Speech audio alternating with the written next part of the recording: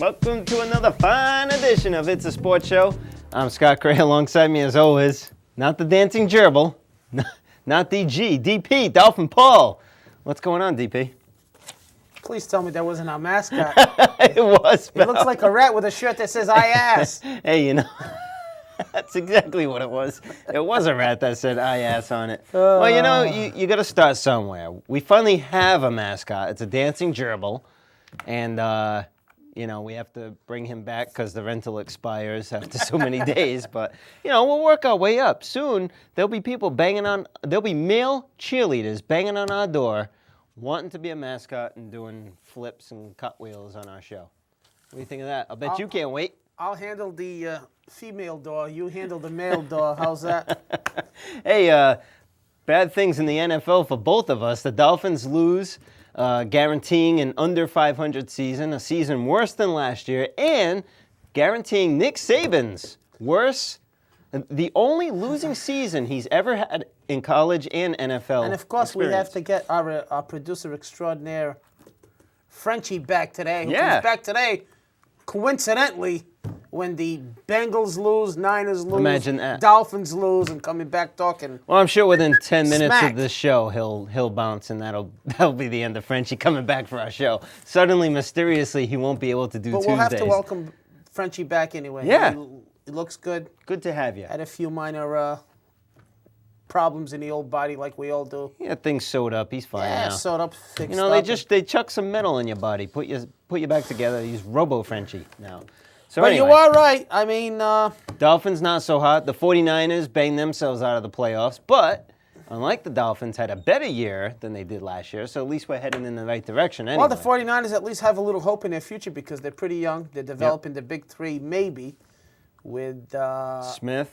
Alex Smith, who's still, you know, played well at times. He improved. Frank Gore's a definite. Oh yeah. I mean, they got Vernon Davis, who, again, I didn't think they should have drafted him that high, but he certainly can contribute. Yep. If they get a wideout, Mike Nolan's a defensive coordinator. That's pretty good. The Dolphins, on the other hand, are you know, as much as San Fran had a pretty impressive season, the Dolphins had a completely disappointing season. Dead last in I'm their disappointed. division and not looking. There's nothing positive you could pull out of it. It's not just the way it's not just losing. It's the way they lose. I mean, Right. they just, you know, when the offense works, you know, the defense gives up a big drive. And I think you might have seen the end of the Joey Harrington era. I really You think do. so? Well, he's due some money in March. Yep. You know, like a couple $1 million. So if they give him the heave-ho before then, Well, I mean, if they don't think he's going to help them in the future, if this kid Cleo Lemon, who they started in the second half last week and Right. moved the ball a little bit, he's going to start at Indianapolis. If he shows something in this last game as a backup, you know, that might be the end of the Joey era, and I guess they still have a lot of questions. I mean, Right. it's an older team. You're going to have to try to maybe hope Culpepper gets back in shape, and you know, and the Saban rumors still continue to exist, persistent, although very he has insisted that he's not going anywhere. But you know, it was put best. That was a national game, and it was put best by Susie Colvin or whatever female was acting at the Colbert. time. Well, whoever she is, I don't really care much for the people. I'd rather see, and I said this too to my wife, I'd rather see a 400-pound woman with a giant wart on her forehead and a deformed face that knows something about sports on the sideline than what they put out there now. It doesn't do it for me. I don't know if you feel the same or not, but not about the 400-pound woman with a wart. No, I wouldn't go to that extreme. But my point being that I could care less about what the sideline Well, reporters have I to mean, say. But I'm drifting off let's here. look at the Monday night game because it was Yeah. the last game. You know, credit to the Jets, a hated rival. Sure. Eric Mangini, one of the top two coaches for coaches of the year, him and Sean Payton out in New Orleans. He's done a terrific job because they really don't have a lot of weapons. Right. You know, and Chad Pennington, he does enough. His arm strength isn't great, which, I mean, we could probably get into this, was talked about ad nauseum Oh, yeah. on Monday night. I it's know just Miami getting lost, worse and I and know I'm worse. aggravated, but we talked about this Monday night crew before. It's just getting worse. I mean, how many times can you talk about the guy's arm? And you keep asking Joe about the guy's arm. What do you think, Joe? Well, should he throw the ball there, Joe? Boy, I mean, this went on for 3 quarters. Like, the guy is doing the job. He is what he is. Right. He's not John Elway. Let it go. Well, you know, I was popping in and out of the game doing my Christmas thing, and at one point I walked in and I saw Steve Young in there. Oh, well. Fill me in, because I'll tell you what I saw. I walked in, saw Steve Young, saw a 4-man booth, and said, did they just add Steve Young try him out? But then I left. I came back. He was gone. Steve Young came in as like a guest host, like they usually have. They should have kicked Kornheiser out and kept him in there. First of all, Steve Young, I'm sorry, I know you're 49ers fan. Be careful, pal. Listen, he never says anything worth anything. They asked him about Dante Culpepper to make a long story short, and he said, "Well, Dante Culpepper, he didn't give anything factual. This was a vague statement." Called him Dr. Culpepper? And he basically said that Culpepper hasn't taken control, which I don't know what that means in football terms, of the leadership role on this team. He missed some meetings and, didn't do this and didn't do that. That's 32 flavors of Dr. Pepper. 32 flavors of Dr. Pepper. 23. It's 23. That's the commercial. You got him. Yeah, I might have had a liquid lunch, but I'm so sharp as a tack. No, maybe Steve Young had a liquid lunch. In all seriousness, Dante Culpepper heard the telecast and was there. Really? He went into the booth at halftime and confronted Steve Young and said, listen, the only meeting I missed was the one I was excused for the passing of my grandmother. Other than that, I've been at every meeting. So what Steve Young have to say? The clowns in the second half, of course, Steve Young wasn't there anymore. The clowns said, we got to make a retraction. Dante Culpepper, he really only missed one meeting and excused absence. So I mean, let it go. The whole Monday night crew just sucks. Now, let me ask you a question. For a game that's not Patriots on Monday night, is there a radio option for our fans to watch, although there's only one more game left Well, now? there's ESPN with Boomer Esiason and I believe Marv Albert, I think. Marv Albert. Well, that doesn't help. But I mean, right. For a Patriots game, there'd be the locals, and a Miami game, if you want to go online, you can do $7.90 the ticket down in Miami and stream it. Right. And you can listen to the game. It's just terrible with Kornheiser, and he's just a hair better than Dennis Miller. I'm serious. It's not just, again, I don't want to say this, take attention away from Miami's loss, but they're just terrible. Kornheiser asked Joe questions all night. Well, I think they spent the entire fourth quarter with Kornheiser pointing out to Theismann how much they bashed, what's his name for the Jets, Pennington, and yet he was doing the job. You know what I mean? It was, and it was a defensive game, so there wasn't a lot. Joe? Yeah, gee, his arm, though. Well, that was a good pass there, Joe. Right. What do you think, Joe? Back and forth. This isn't football 101 on Monday night. You want to hear these guys? I mean, I've never played the game, and I obviously couldn't be as insightful as Joe Theismann or Steve Young, but I could certainly offer opinion of what I'm seeing. Right. I wouldn't have to say, well, that was a pretty good pass. Wasn't it, Joe? So you'd allow your saucy Portuguese power to come Absolutely. forth. Just the whole thing's just ridiculous. But if you're not a Miami fan or a Jets fan and just watched it as a Monday night game, it was a good game.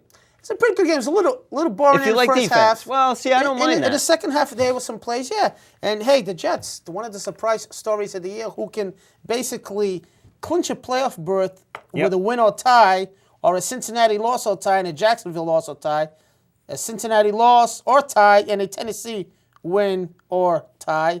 And what's interesting is a Denver loss and a Jacksonville loss, but basically. Well, what's interesting, if the season ended today, the Jets would be going to Indy, so they'd have, which is the case. If you're not the division winner, you're going to face a tough team, and that's New England would get the dreaded Denver Broncos, which is not a good matchup in New England, for them. though. It would be in New England. That's a huge difference. It would be in New England. It would be with Jay Cutler. Right. But I'm sure Patriot fans would be a little hesitant about that because they haven't fared well against Denver. But I'd almost rather play the Colts, at least right now, because the Colts actually aren't playing all that well at this point.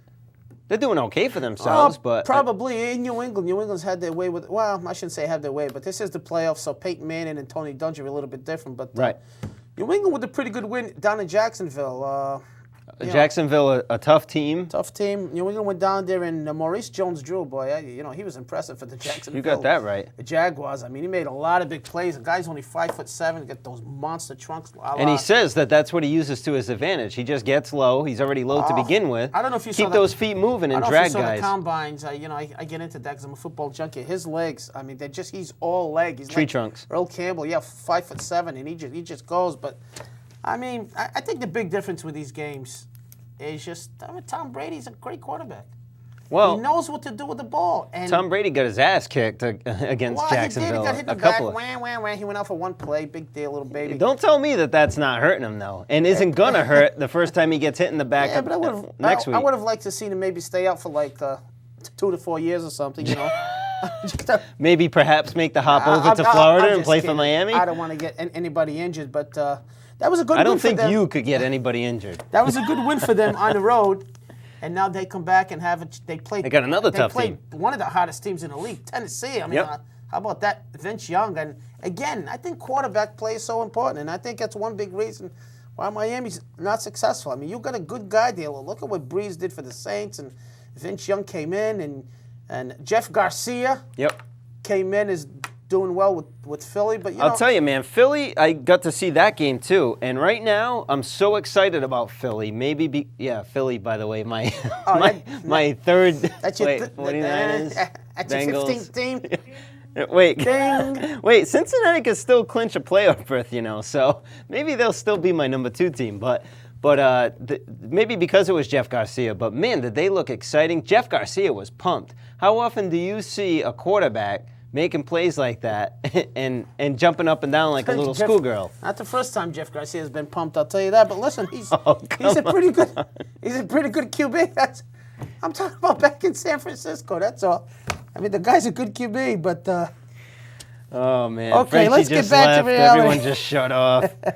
Poor Zach. San back there's the Diego only one continues to running be the the show. class of the AFC East. Yes. The AFC. I mean, they The played, AFC in general. They played Seattle, struggled a little bit, but they're 13-2. So it looks like at this point you'd have to say San Diego, Baltimore with first round byes. Unless there's some drastic happens. Which is kind of funny because you think about Baltimore and you don't picture them to be that high up, and because we talked they've just about been earlier quiet. in the year when we had our preview show that they could be a dangerous team because now they finally got a QB. Right. With that defense, and New England and Indianapolis look like to be the division winners. No surprise there. Playing the first week. No, not really a surprise. I mean, although I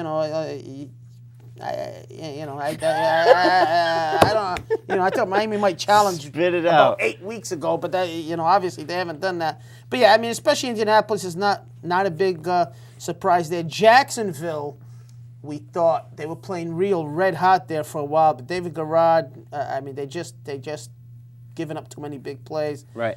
And Tennessee has been unbelievable. I mean, Vince Young has come in. They actually have a shot at the playoffs. And the Jets, who are 9-6, basically control their own destiny. So pretty interesting. How do you feel about the Jets being in the same division as both the Patriots and Miami? How do you feel about the scenario of seeing the Jets in the playoffs? I hate it. So you'd rather see another? You're not a division guy because No. I'm kind of like, I wouldn't mind the Jets coming in just for the sake of the division and the possibility of at some point playing the Patriots. Of course you wouldn't mind the Jets coming in, but they're a direct rival of the Dolphins, probably worse than the Patriots. So no. Right, but the Dolphins aren't in it, so don't you vote for your rival? No, I don't root for anybody in the AFC East, especially New England or the Jets. I'm sorry. Well, then who would you like to see get that extra playoff spot? The extra playoff spot?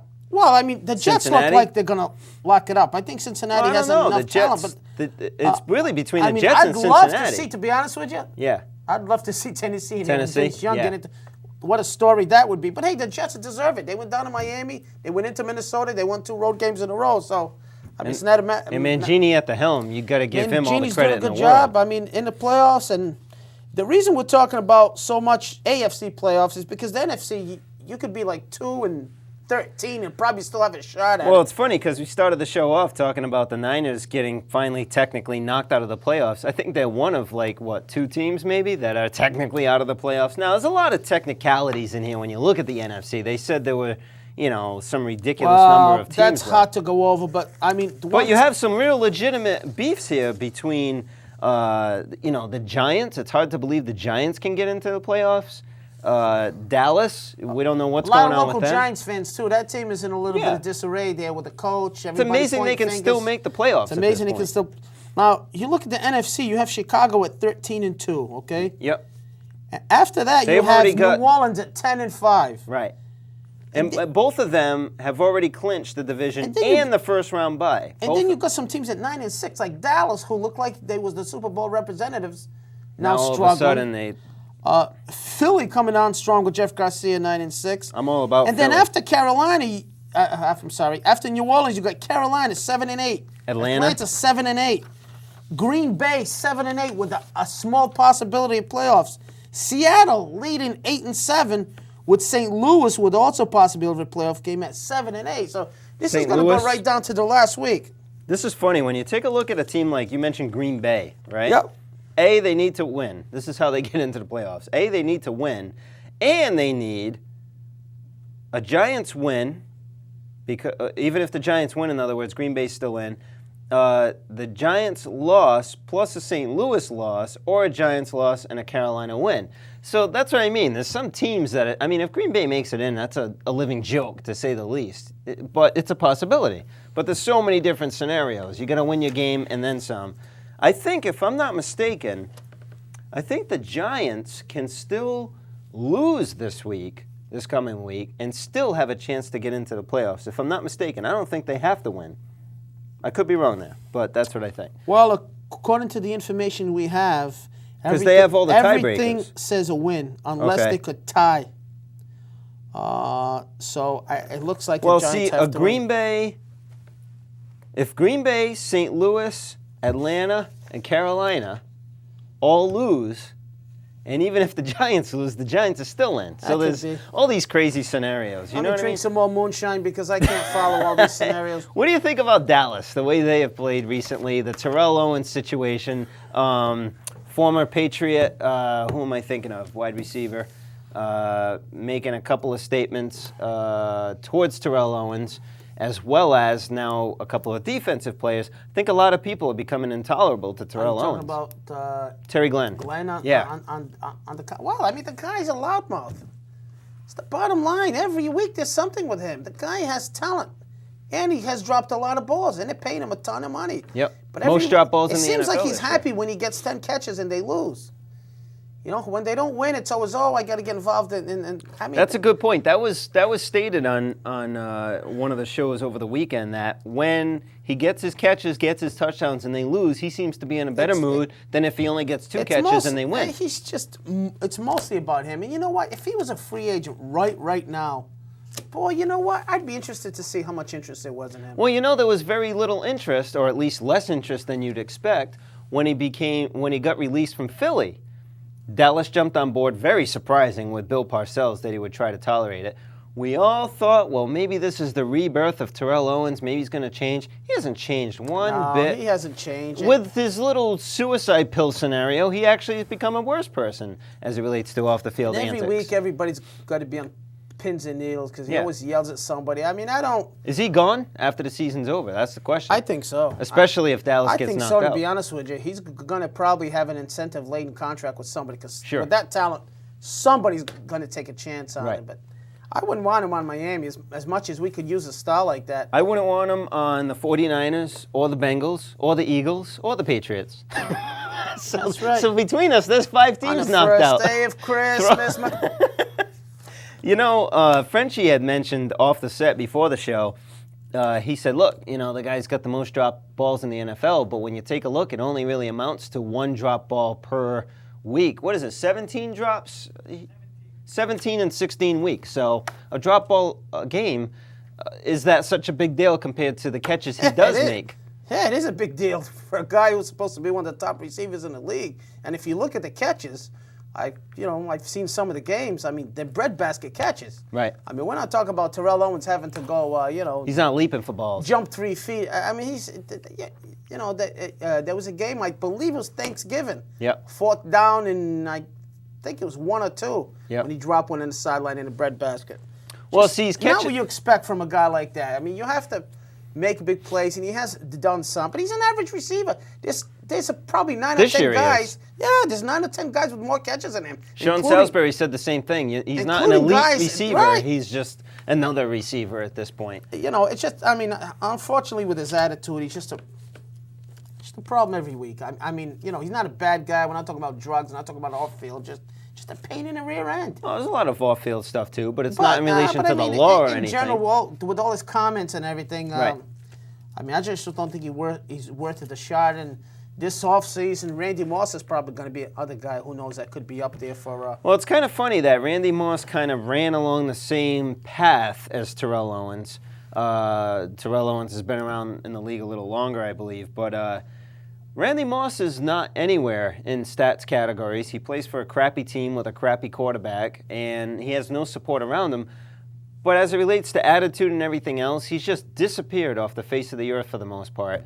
And I guess we're all trying to figure out how and when Terrell Owens will just simply disappear, or will it happen? He's not as bad as T.O. off-field. He was at one point. Wow. The two of them were neck and neck. Right around when Owens was pulling out his Sharpies, Randy Moss was pulling off his shenanigans too, complaining mostly. But Yeah, but he's not as bad. His problem is he'll take some plays off, and he said, I'll play when I want to. Right. That's the unfortunate part. But if you're asking me if I had to take one of those guys, I probably would take Moss because of his.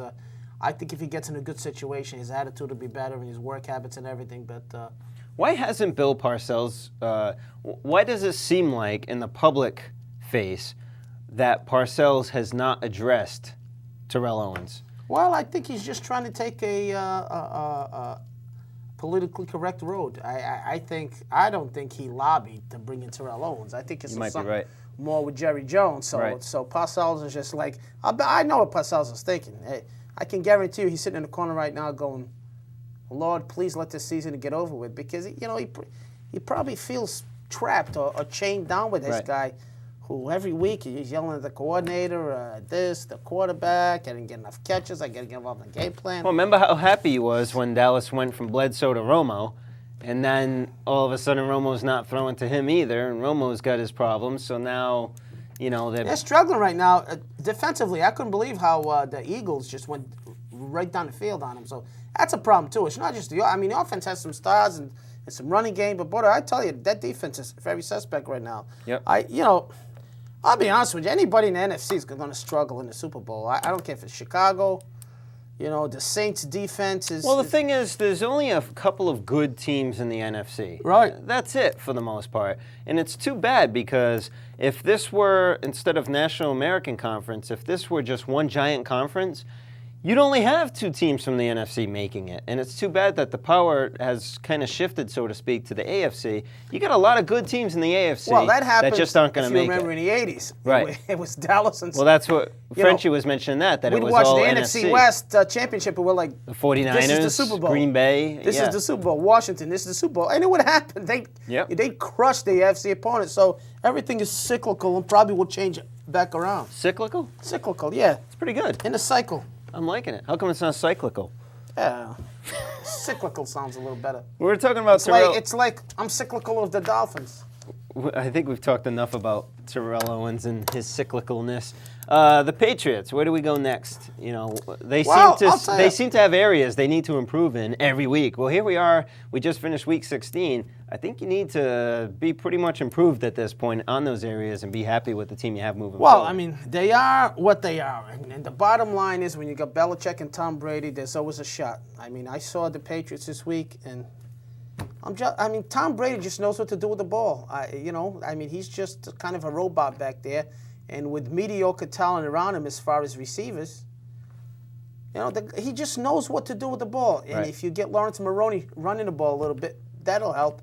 And scheme-wise on defense, Belichick does a good job of taking away the other team's strength. So as much as I hate to say it, anytime New England plays with Tom Brady, it's going to be interesting to see. Now, they're going to be playing much better teams in the playoffs, though, than Well, the there's no doubt. average of what they have seen. I would think I'm not an NFL hey, the coordinator. Patriots played the Dolphins twice this year, so Yeah. that doesn't give them much credit for crying out loud. I'm not an NFL coordinator, but you would think that somebody would just really jam up the line of scrimmage, try to stop their run, and not say Tom Brady beat me, Right. but put pressure on him like Miami did and jammed to those receivers, because those receivers aren't going to beat you deep. I don't think there's anybody in the Patriots you go, ooh, we really have to guard him. Right. But as a group, they can do crossing routes and stuff like that, and Tom Brady will find him. Well, That's the key. And with Rodney Harrison back, I think he's the most important guy in the defense. I said with that when he went down last year. Yep. This guy knows what to do, where to go, and he's psyched to be back. He wants to make an impact. Obviously. So it'll be interesting with them, especially if they play the Denver Broncos. But it'll be at New England. Right. I think the interesting game would be if New England were to get by them. I think they go to San Diego. Right. So that's a where tough it might matchup get there. tough. But again, right off the bat against Denver, like we talked about last week, you got Marty Schottenheimer and an unknown quarterback. Yep. But a great running back. So, hey, that's what the playoffs are all about. Well, it's 5 minutes already. It seems like Jacksonville kind of took a page out of Miami's playbook in kind of getting in Brady's face a little bit. Brady took some hard hits. One of them, of course, that what I call a spear to the back. I don't know how that wasn't a penalty. He led helmet first straight into his back. To see the impact of Tom Brady's body being driven into the ground and what looked like he was being bent in half, for crying out loud. You can't convince me that he's not going to be hurting on Sunday, especially those first shots. Well, he came back into a pass right away. And the one part I'd have to disagree with you a lot is that they might have taken a page out of Miami's playbook, but they were nowhere near Tom Brady. He had a big pocket. He took some good hits, He took some shots, but that was nowhere near the Miami game. He had a nice big pocket from what I saw many, many times. And when people came up on him, he moved up in the pocket as he usually does so smartly. It seems like Miami was on him like every play, maybe in his face, either sacking him. I thought he had a nice pocket against Jacksonville. Maybe didn't execute it as well, or the Patriots defended against it better. But it seemed like that was kind of their game plan, was to put pressure on Brady. It may not have worked quite as well. But if you take, if you take the Miami game, put that aside, Jacksonville certainly applied more pressure to Tom Brady than most teams seem to do. You don't see Tom Brady sitting in the ground very often. You know what I mean? So when it happens, Jacksonville's it's got kind a good of surprising. Defense. They got a couple of big offensive plays, and they could have drove down and won the game at the end. But that's the difference. What I talk about quarterback, a Garrard got out of the pocket instead of throwing the ball away or just running and tuck it. He tried to make something happen. And he got hit in the back, and it was a fumble. And that was all that she wrote. So questionable fumble, better yet. It was questionable, but you know what? As much as I dislike the Patriots, I'd have to say that was a fumble. I don't think his arm was going forward enough. On one angle, it looked like, but in the spirit of the rule, that was a fumble. The guy hit him in the elbow, and I don't care if the arm's going forward. The ball is falling. Just like the tuck rule. Yeah, but they have to go by that rule. Just like the tuck rule was crap to me. I don't care if people say it was the right rule. Right, your rear end. You don't know if the guy's tucking it, if people getting hit. Well, they say, a friend of mine who's a sportscaster on 790 to Score, his initials are Scott Cray. Is he tucking it right in the rear end? Well, he said, it was the right call, and it was the right call, a bad rule. I'm like, a tuck rule. I heard that too, and he makes a good point. Well, the refs have to go by the rule book. Whether it makes sense or not. But a rule of stepping out of bounds is a rule. A rule of a guy dragging somebody by the horse collar is a rule. Yeah, but the tuck rule is up to interpretation. If you start asking these refs to make even more decisions outside of the parameters of the rule book, man, we're going to be all I'm saying is the tuck rule is up for judgment. You're right. As a matter of fact, I was watching a game with Scott, and he said that could be a tuck rule. I said, what are you talking about? A tuck rule, the ball's up here. The tuck rule technically is when you pull the ball in and then you fumble it. I mean, well, they need the NFL people need to change the rule books. I think the referees are doing the right thing, going by the rules. I'm sure the refs looking into that replay monitor and saying, "This is a joke. We all know what it looks like." I agree, but in any call, that Patriots tuck rule was a fumble. I don't care if they read the right rule, what it was. He was tucking nothing. He dropped the ball. Raiders recovered. Again, that's that play. But the Jacksonville play, I was joking around saying that was a forward pass, but you couldn't have overturned that. So that was a correct call. They sacked him, made a good play, and they won a game, and they won the AFC East again. I mean, all I can say is congratulations to New England Patriots. It's very humble of you. It's very humble. I'm bowing down to Patriot Nation, including Frenchie. And it's fun. If this doesn't change soon, you're bowing down to Frenchie? I'm really going to be aggravated. I can't take it anymore. You're bowing down to Patriot Nation. You're bowing down to Frenchie. There's tuck rules and bend rules and everything else. Anyway, at least we get to watch some fun football. One more week, and then some nice playoff previews. We have to talk about all these the all these NFC other will be scrubs. liquidated. We'll finally know who the heck's going We'll to the finally playoffs. know. We got some baseball. Celtics, forget it. Bruins, forget it. Yep. Thanks to Frenchie, Jen, and Zach. I'm not sure if they did Happy anything New Year, behind the everybody. booth. Yes, it will be a new year for us in 2007 by the time we shoot again. Absolutely. Hey, good luck with that. All right. It's a sports show, yahoo.com. Keep those emails coming, and we will see you next week. How come we didn't bring our little hats? We forgot all about it. What? We could've